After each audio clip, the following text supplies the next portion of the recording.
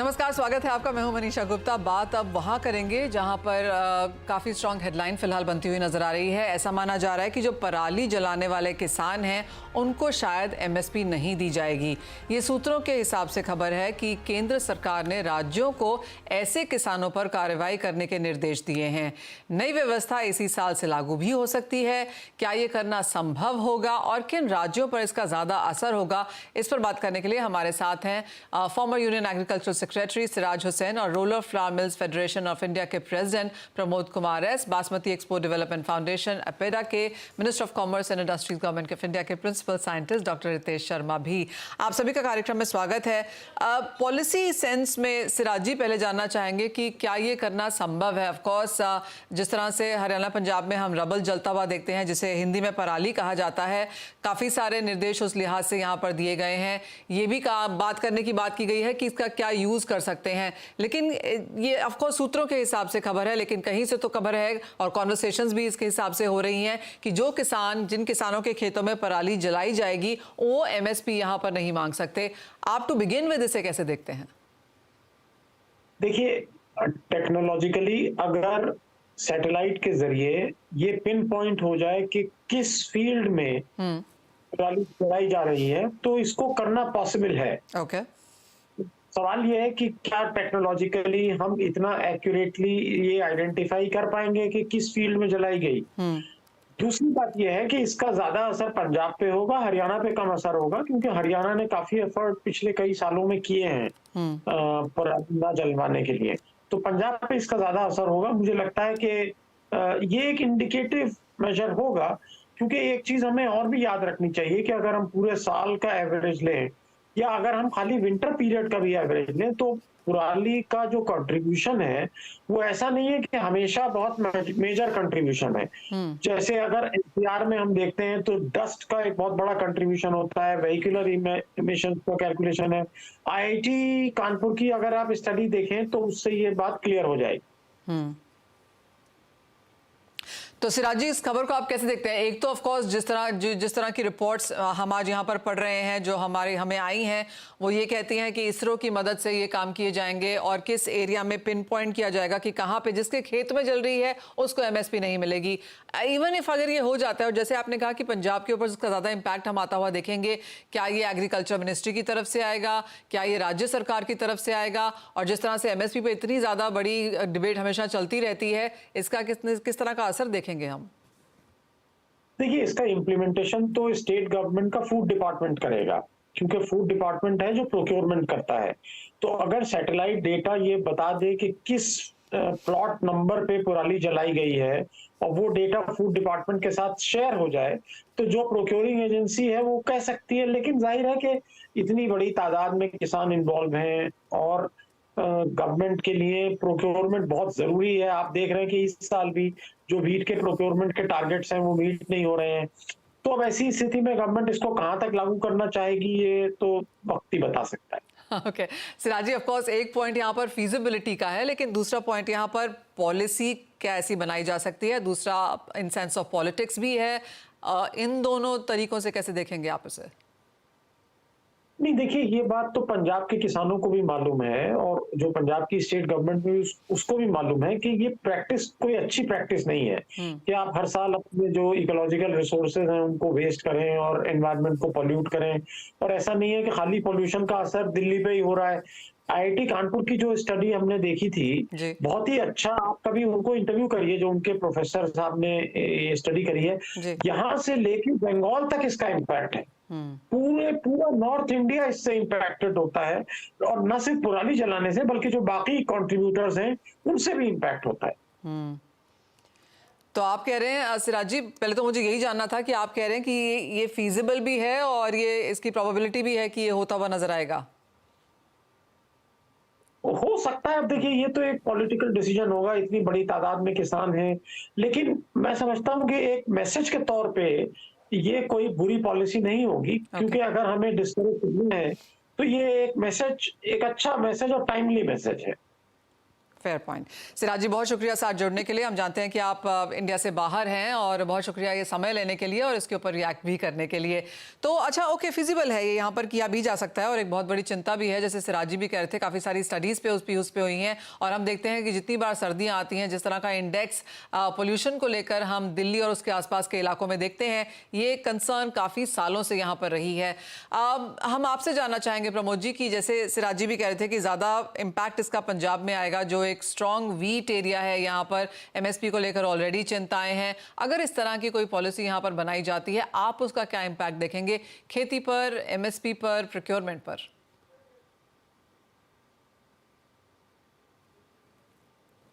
प्रमोद जी, आप म्यूट पर हैं। जो पोल्यूशन का जो प्रॉब्लम है वो सबको मालूम है, और कहीं ना कहीं डिस्करेज करना चाहिए, और इंडियंस काफी एक्ट है, अगर कोई लॉ बनता तो उसको इनिशियल रिएक्शन होता है, फिर उसको सब इम्प्लीमेंट करते हैं। आई थिंक उससे कोई फर्क पड़ने वाला है नहीं, और गवर्नमेंट क्या हद तक कर सकती है, नहीं कर सकती है, क्वेश्चन मार्क है। इमीडिएट आपका रिएक्शन इस पे क्या होगा? अगर जैसे हमने बात की, अच्छा ये फीजिबल तो है ही, इसके पॉलिटिकल रिपरकशंस क्या हैं वो दूसरी बात है, लेकिन एज अ पॉलिसी इसको राज्य सरकार को, फूड डिपार्टमेंट को बताया जा सकता है इसके हिसाब से ऐसे करने के लिए। अगर वो होता है, आप किसानों की तरफ से क्या रिएक्शन देखते हैं, और कैसे देखते हैं आप यहाँ पर गेहूं के किसानों को इसको रिएक्ट करते हुए? रिएक्ट तो मतलब इनिशियली रिएक्शन तो होएगा, बट अल्टीमेटली आते हैं और एवरीथिंग विल वर्क प्रॉपरली। जैसे इंडिया में कोई भी चीज रूल हो तो कहीं ना कहीं उसको रिवोल्ट तो होता ही है पहले इंडिया में, उसके बाद में, और जब तक गवर्नमेंट कोई ठोस एक्शन नहीं लेते, जब तक कोई इंप्लीमेंट नहीं करता इंडिया। वो बात आपकी बिल्कुल सही है। तो ऑफकोर्स यहाँ पर भी एक नज़र रखनी होगी। एक रिएक्शन यहाँ पर डॉक्टर रितेश शर्मा से भी लेंगे। आपको क्या लगता है कि क्या फीजिबिलिटी आपके लिहाज से है इसमें? देखिए, पहली बात तो यह है कि ये हमारा किसानों के लिए तो गोल्ड है। इसको हम क्यों बर्न कर रहे हैं, ये किसानों को समझाने की जरूरत है, क्योंकि ये जो स्टेबल बर्निंग है, जितना भी ये पराली है, ये यदि हम जमीन में ऐड करते हैं तो हम बहुत सारे न्यूट्रिएंट्स बचाते हैं और काफी कमाई कर सकते हैं। जैसे उत्तर प्रदेश का मैं उदाहरण दूं, इस साल हमने देखा 20,000 से 35,000 रुपए पर एकड़ में बासमती की पराली केवल जो है वो बेची गई किसानों के द्वारा, जिसमें उनकी लागत निकल आई है। तो ये तो पराली ऐसी चीज है, यदि इसको सही तरीके से प्रबंधन किया जाए तो ये हमारे मिट्टी के स्वास्थ्य को भी सुधारेगी, और स्वास्थ्य में भी केवल एक नहीं, तीनों, केमिकल भी, फिजिकल भी और बायोलॉजिकल भी। तो ये तो हम अपने एक ऐसे रिसोर्सेज को बर्बाद कर रहे हैं जिससे किसान अपने आप को बहुत हद तक बदल सकता है। आज की तारीख में हम बिजली इससे बना रहे हैं, हम बहुत सारे कामों में इसको उपयोग कर रहे हैं, और अभी हमारे पास ऐसी मशीनें हैं जिनके माध्यम से हम इनको फील्ड में मिला के, सॉइल में मिला के कार्बन बढ़ा सकते हैं। कार्बन क्रेडिट एक बहुत बड़ा बिजनेस होने वाला है किसानों के लिए, यदि हम उनको ठीक से ये समझा पाए तो सॉइल की हेल्थ को तो बढ़ाएंगे ही, साथ के साथ विदेशी मुद्रा भी हम अर्जित करेंगे। इसमें कार्बन क्रेडिट से हम काफी पैसा कमा सकते हैं। तो सिर्फ यही नहीं है कि इसको जलाना नहीं है, ये भी एक काफ़ी क्लैरिटी है कि इसका हम क्या यहाँ पर कर सकते हैं। तो फिर डॉक्टर शर्मा, आप क्या कहेंगे, ऐसा क्यों नहीं कर पा रहे हैं? क्या सभी किसानों को वो सहूलियत नहीं है, फैसिलिटी नहीं है, या फिर अवेयरनेस नहीं है, और ज़्यादा काम ऑन ग्राउंड करने की ज़रूरत है? देखिए, ये बात भी सही है, फैसिलिटी अब धीरे धीरे काफी बढ़ गई है। बहुत सारी मशीनें, इवन सुपर सीडर तक, चॉपर, मल्चर, बहुत सारी मशीनें किसानों को दी गई है जिससे वो प्रयोग करें। लेकिन एक होती है आदत। हमें आदत है कि जल्दी से एक हमने माचिस की तिल्ली जलाई और सारा काम खत्म हुआ, क्योंकि हमको सही जानकारी उसकी नहीं है। अभी आप देखें, पिछले 2 सालों में ये घटनाओं में कुछ कमी आई है। खास तौर से यदि मैं बात करूं हरियाणा और उत्तर प्रदेश में, यहाँ तो काफी हद तक कमी आई है, और यदि हम सही तरीके से किसानों को बताएं तो इसको आगे भी हम पूर्ण रूप से कर सकते हैं, खत्म कर सकते हैं। बाकी जो बात आपने कही, कितना फिजिबल है ऐसा करना, ये फिजिबल है, बिल्कुल फिजिबल है। अभी हमारे पास टेक्नोलॉजी है, उसका लोकेशन लेके उस किसान के यहाँ अभी भी कार्यवाही जैसे की जाती है कृषि विभाग की ओर से। तो आगे यदि सरकार जी डॉक्टर शर्मा, जैसे आपने कहा कि फीजिबल है और कॉस्ट इफेक्टिव भी हो सकता है और इसमें से एक्चुअली कमाई भी हो सकती है, जो लोग कर रहे हैं वो किसान इससे भी कमा रहे हैं वहाँ पर, लेकिन क्या कॉस्टिंग है इसकी? जैसे आपने कहा एक तीली लगाई और अपनी मुसीबत से छुटकारा पा लिया, पर दूसरी तरफ यहाँ पर एक आप कहेंगे कॉस्ट इंटेंसिव भी है अगर ये सारा काम करना हो तो? नहीं, कॉस्ट की बात तो ये है कि ये हमें रिटर्न ज्यादा देती है, क्योंकि आप देखिए हमें 1 टन जो हमारा ये फसल अवशेष है, इसको हम जब बर्न करते हैं तो 6 से 7 किलो तो हम नाइट्रोजन बर्न करते हैं, 1 से 1.7 केजी हम फास्फोरस बर्न करते हैं, 11 से 25 केजी पोटास बर्न करते हैं। और इसके अलावा जो हमारे खेतों के अंदर माइक्रो ऑर्गेनिज्म हैं, जो हमारी अगली फसल के लिए बहुत जरूरी हैं, उनको हम जला के खत्म कर देते हैं। इसके बाद फिर अगली फसल में लगातार अपनी लागत बढ़ाते हैं। पानी हमारा मिट्टी में देखिए हो गई है, यदि हम इसको ऐड कर देते हैं तो वो सारी चीजें बढ़ेंगी। तो लॉन्ग टर्म में तो ये बहुत फायदेमंद है किसान के लिए। शॉर्ट टर्म में क्योंकि एक थोड़ा सा समय लगता है धीरे धीरे चीजों को समझाने में, और सरकार को चाहिए सभी तरीके से उनको संसाधन भी उपलब्ध कराए, और कहीं स्ट्रिक्ट होने की जरूरत है तो वो भी हो, जिससे एक मैसेज जाए और दूसरे किसान जो ऐसा कर रहे हैं वो भी इसको समझें, क्योंकि अब धीरे धीरे कमी आती हुई दिख रही है। और ऐसे कुछ कड़े संदेश दिए जाएंगे किसानों को तो बाकी लोग भी नहीं करें।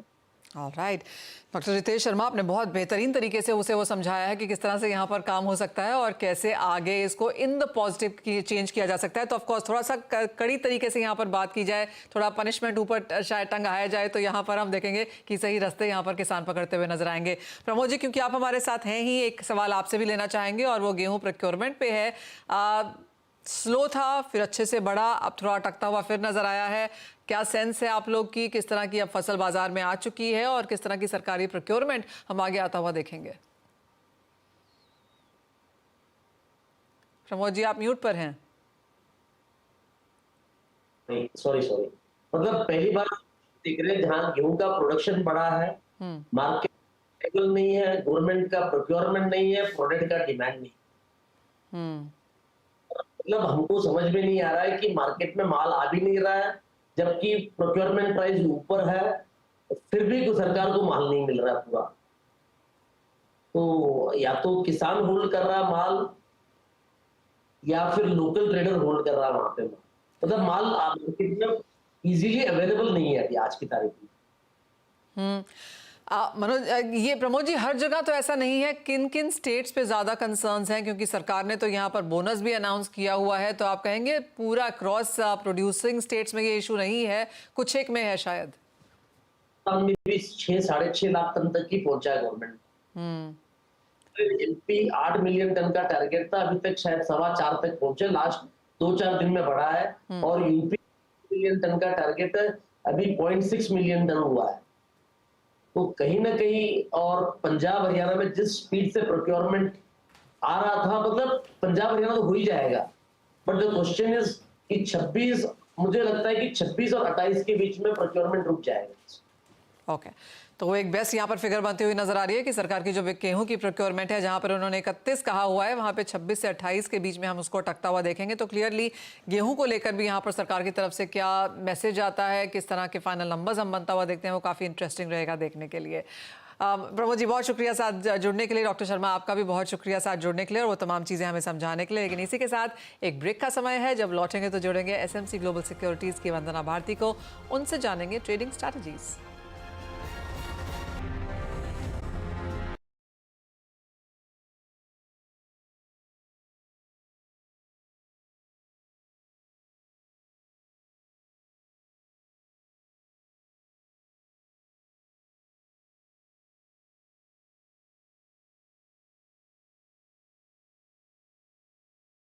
क्लेम्स का इंतजार है तो कल आएगा कंज्यूमर कॉन्फिडेंस नंबर्स यूएस की तरफ से।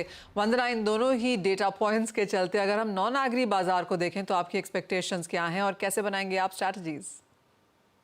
काफी एम्बिग्यूटी है और डॉलर इंडेक्स में बिल्कुल रेंज में ही यहाँ पे मूव कर रहा है। गोल्ड में एक अपसाइड था, लेकिन अब यहाँ पे करेक्शन आ रही है। मुझे लग रहा है कि क्लैरिटी ज्यादा यहाँ पे कॉपर में है, जहाँ की फॉल आ रहा है, और चाइना से भी जो इंपोर्ट है कॉपर का हायर प्राइस की वजह से कम हुआ है, तो एक डाउनसाइड कंटिन्यू रह सकता है। तो 854 के करीब एक सेलिंग रिकमेंडेशन होगी कॉपर में।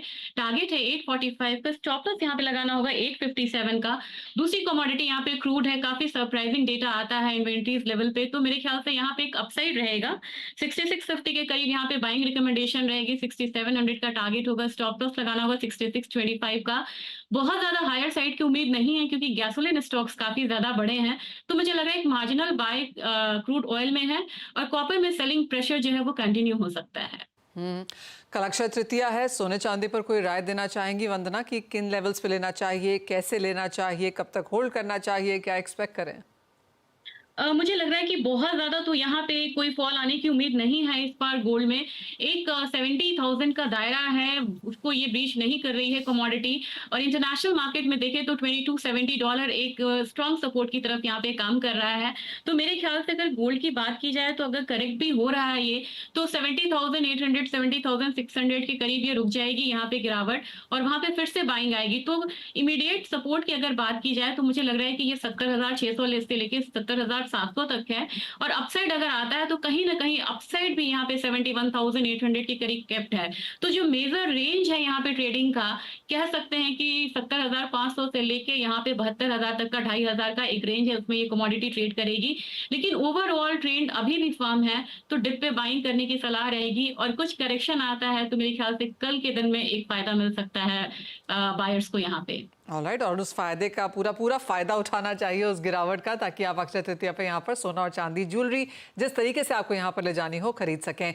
वंदना, साथ ही एग्री पर बात करना चाहेंगे, और यहाँ पर बहुत सारे मेजर्स हमने आते हुए देखे हैं, चाहे वो दालों में है, खाने के तेलों को लेकर है, गेहूं को लेकर सरकार की प्रोक्योरमेंट पे हम अभी बात कर रहे थे। यहाँ पर FAO का डेटा दिखाता है कि 3 महीने तक ग्लोबल कमोडिटी प्राइसेस गिरने के बाद अप्रैल में हमने यहाँ पर कमोडिटी प्राइसेस में भी बढ़त आते हुए देखी है, फिर चाहे वो खाने के तेल था या फिर सीरियल्स एक्सेट्रा।